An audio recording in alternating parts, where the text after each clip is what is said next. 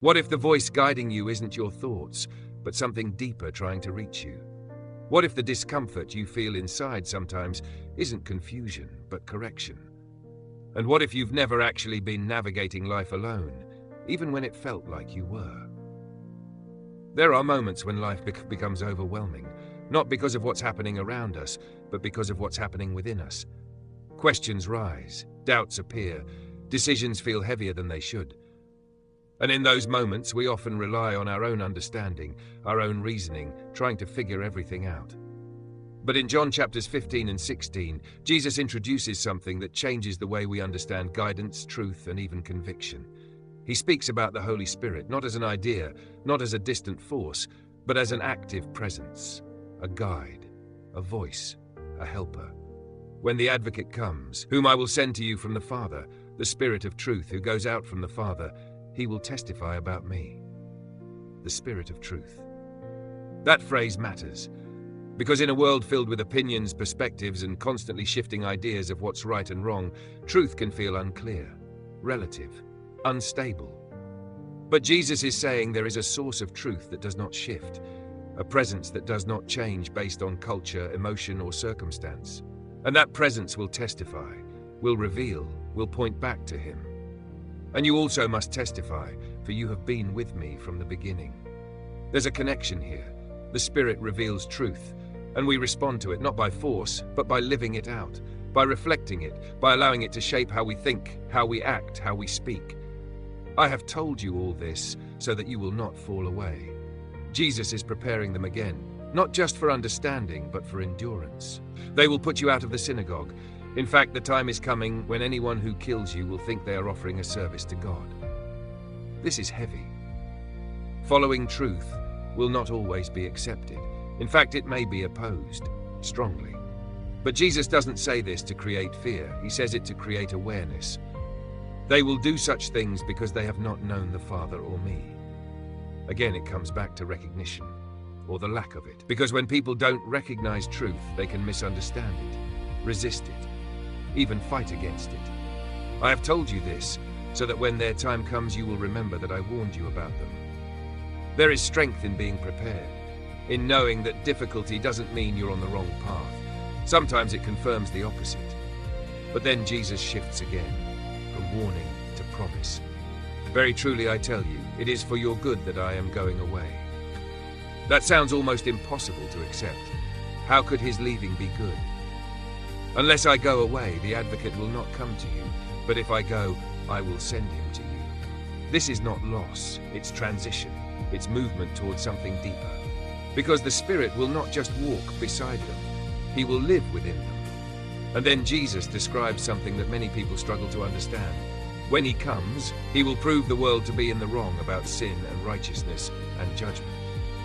The Spirit convicts, but not in a way that condemns without purpose, not in a way that shames without direction. Conviction is not meant to destroy. It's meant to reveal, to bring clarity, to show what is out of alignment so it can be corrected. About sin, because people do not believe in me. Sin, at its core, is separation, disconnection, a turning away from truth. And the Spirit reveals that, not to push us away, but to bring us back.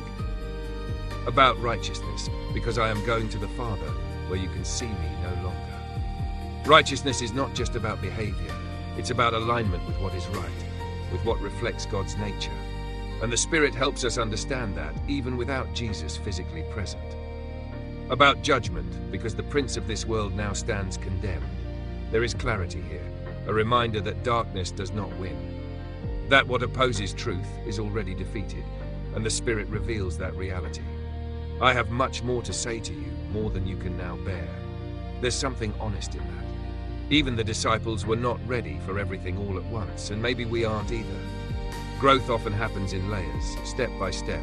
Understanding comes gradually, but when he, the Spirit of truth, comes, he will guide you into all the truth.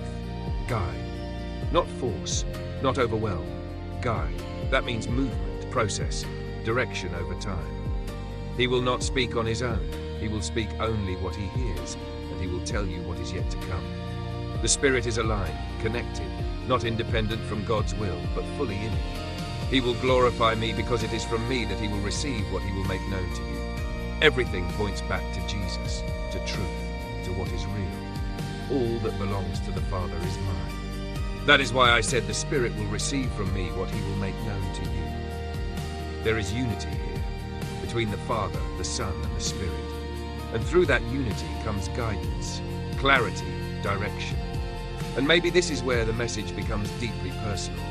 Because we all have moments where we don't know what to do, where decisions feel unclear, where we question what's right, what's true, what's next. And in those moments, we often rely on ourselves, our logic, our experience, our emotions. But what if there is something more? A presence that sees beyond what we see, that understands what we don't, that gently guides, even when we're not fully aware of it. The work of the Spirit is not always loud, not always dramatic. Sometimes it's quiet, a thought that feels different, a pause before a decision, a sense that something isn't right even if you can't explain why, or a clarity that comes in the middle of confusion. That's not always random. That's not always just your mind working. Sometimes it's guidance. Sometimes it's truth breaking through. Sometimes it's the Spirit doing what Jesus said he would do, guiding, revealing, convicting, leading. And that conviction is often misunderstood because we associate it with guilt, with feeling bad. But true conviction is different. It doesn't leave you stuck. It moves you forward. It doesn't just point out what's wrong. It invites you into what's right. It doesn't push you away. It draws you closer. And that's important. Because without conviction, we drift. Without guidance, we guess. Without truth, we build on something unstable. But with the Spirit, we are not left to figure everything out on our own. We are not left without direction. We are not left without clarity. Even when life feels confusing, even when the path isn't obvious, there is still guidance, still truth, still a presence at work. And the question becomes, are we listening? Are we paying attention? Or are we so focused on external noise that we miss the quiet voice within? Because the Spirit doesn't compete with noise. He invites attention, he invites awareness, he invites us to slow down, to reflect, to listen.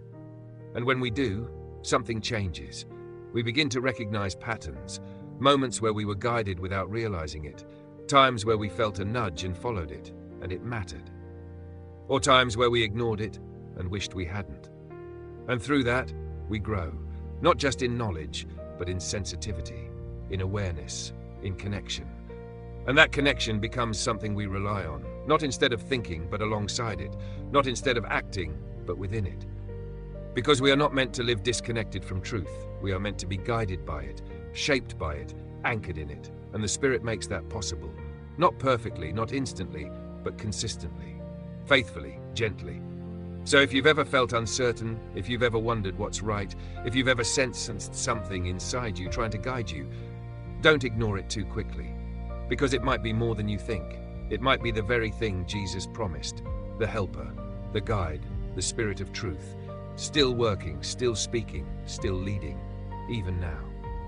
Thank you for taking this time to reflect on this powerful message about guidance and truth. If this spoke to you, don't forget to like the video, follow the channel for more reflections like this, and share this message with someone who might need encouragement today.